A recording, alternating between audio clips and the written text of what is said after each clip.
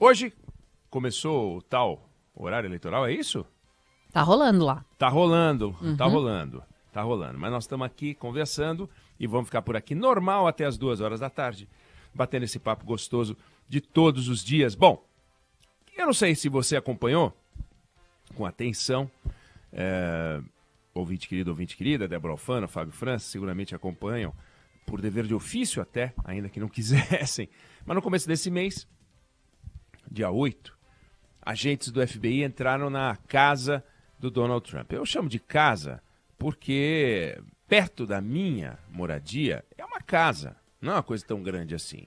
Vale 350 milhões de dólares a propriedade dele. Então não é assim também uma coisa do outro mundo, né, Débora? E ele, detalhe, ele comprou essa casa, esse espaço, há uns 40 anos e pagou 10 milhões de dólares. É impressionante a valorização. Teve inflação nesse período, mas é uma coisa incrível. Bom, os agentes do FBI entraram na mansão de Donald Trump e entraram para revistar. Ordem do Departamento de Justiça, que é o Ministério da Justiça dele, estava encarregado da investigação, busca e apreensão de documentos confidenciais do governo americano. O Donald Trump saiu da Casa Branca levando um monte de coisa que não podia levar. Provado que ele levou, não é que tem dúvida. Tanto que, em fevereiro, pediram para ele devolver um monte de coisa que o arquivo deu por falta e tal, e ele já tinha devolvido 15 caixas de documentos. Vários pedidos depois e uma ameaça de ação mais forte se ele não devolvesse. Ele devolveu. Aí dentro das caixas tinha ali uma carta do Barack Obama, tinha uma correspondência do ditador da Coreia do Norte, enfim, documentos que não pertencem ao presidente que sai. O presidente, quando sai, pode levar os mimos que recebeu, sabe? Uma xícara, uma bandeja, uma placa, um negócio que não tem um valor histórico, mas as correspondências, elas são do Estado. E correspondências sigilosas, então, proibidas de levar. Aí no dia 8 aconteceu essa operação, ele reagiu, ficou bravo, reclamou, disse que estava cooperando, fez um chororô clássico, que a gente sempre vê quando tem operação. Mas o fato é que entraram ali, saíram com um monte de material, tiraram dali 11 caixas. E aí, ontem, um juiz determinou ao Departamento de Justiça que tornasse pública uma versão, ainda que editada, do pedido que lastreou a ordem de busca e apreensão. E deu um prazo até hoje, hein?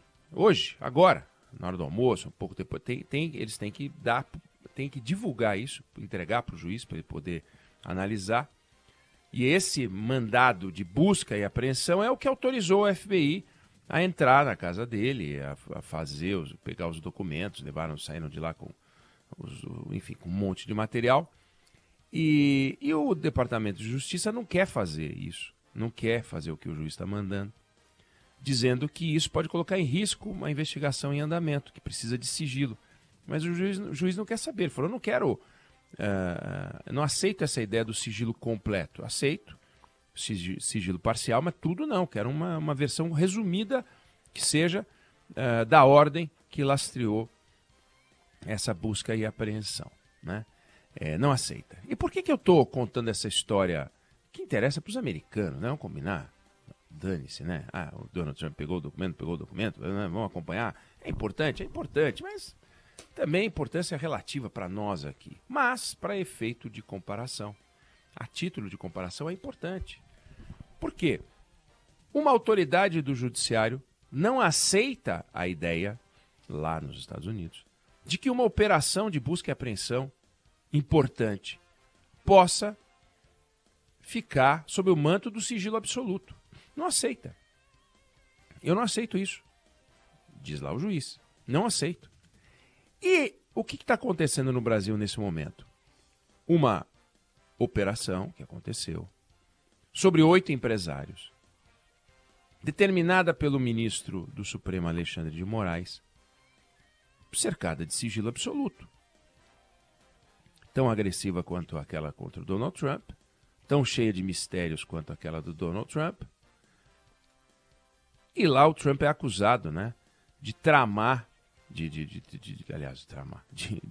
surrupiar, de levar embora documentos. E tem uma lei que proíbe. Não pode. Tem lei proibindo, ele não pode levar o documento secreto. E os empresários aqui são acusados de tramar um golpe de Estado. A acusação é muito grave, tanto lá quanto aqui. Documento secreto levar embora não pode. Tramar um golpe de Estado também não pode. É evidente que não pode tramar um golpe de Estado.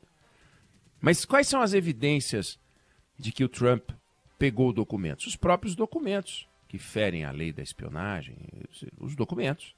Ele devolveu alguns, inclusive, como eu falei, e eu tenho os documentos. Basta ter o documento, é a prova de que ele pegou. Mas qual é a prova de que os empresários tramaram um golpe de Estado? A gente não viu. Provas a gente não viu até agora. O que a gente viu foi o que saiu na imprensa, são trocas de WhatsApp em que empresários dizem que preferem um golpe de Estado à vitória do Lula na presidência. Que é uma declaração estúpida? Declaração estúpida. Tão estúpida quanto dizer, eu prefiro o fim do mundo à vitória do Lula, eu prefiro a Terceira Guerra Mundial à vitória do Lula. Você pode preferir o que você quiser. A estupidez não é crime. As pessoas têm o direito de falar as bobagens que quiser. O que não pode é começar a conspirar por um golpe de Estado, iniciar a Terceira Guerra Mundial, ou começar a fazer, vamos invadir tal lugar, aquilo que a gente até conversou ontem aqui, numa mensagem. Fábio, então você leva os fuzis, eu estou levando os revólveres, Débora Alfano leva o estilingue. Isso não pode, aí não pode. Ou seja, você não pode tramar um golpe. Agora, você pode sim dizer, eu prefiro que acabe o mundo do que ganhe o candidato Lula. Você pode. Eu prefiro que acabe o mundo do que ganhe o candidato Bolsonaro. Pode. Você não está fazendo nada sobre isso. Você está expressando o seu desconforto com a vitória do outro candidato. É uma conversa de botequim digital. Mas não há uma trama. Bom, tem que ter mais coisa do que isso, né? Se o Alexandre de Moraes, que conhece a Constituição como poucos, que conhece as leis como poucos, que é professor, que ocupou cargos públicos variados, que está no Supremo há um bom tempo, determinou uma operação dessa, é de se imaginar que tem alastro. É de se imaginar que os empresários estão gritando e reclamando à toa, do jeito que o Donald Trump também está reclamando, e que as pessoas que estão protestando contra essa operação também estão protestando à toa. Porque você teve manifestações de apoio aos empresários e, quem sabe, infundadas. Mas é só quem sabe, porque o Alexandre de Moraes até agora não deu uma satisfação sobre o que está acontecendo. Por quê? Porque é sigilo. É muito fácil. Você chega e fala, não, isso é sigilo. Não, isso aqui, não posso porque isso pode comprometer as investigações, que é o que disse o Departamento de Justiça nos Estados Unidos. E o juiz falou, para com isso. Para com isso. Tudo bem, tem coisa que eu não posso saber, tem coisa que a sociedade não pode saber, mas eu não aceito a ideia de que você pode fazer o que você bem entender, usando como argumento o sigilo. Então, vale também aqui, como discussão, faz sentido a gente aceitar a ideia de que o Alexandre de Moraes pode simplesmente dizer, olha, não posso falar porque é sigilo, porque pode comprometer as investigações. Mas quem é que está decidindo se pode ou não comprometer as investigações? Ele. E quem dá a palavra final? Ele. Então, fica um negócio muito torto e inadequado. Então, ele tem que vir a público, se tiver realmente dentro dele esse compromisso com a Constituição, com as leis, com a democracia, tem que vir a público, ou, se não vir a público, soltar uma nota, não abrindo tudo, não, mas que faça uma declaração dizendo que ele, Alexandre de Moraes, não se baseou apenas no material que está disponível na imprensa, porque o que está disponível na imprensa são tolos trocando tolices. E isso não é crime, isso é tolice. Não pode ser só isso. Mas assim, quando eu digo que não pode, é porque eu não consigo conceber que o ministro do Supremo cometeu esse erro grave. Não é possível.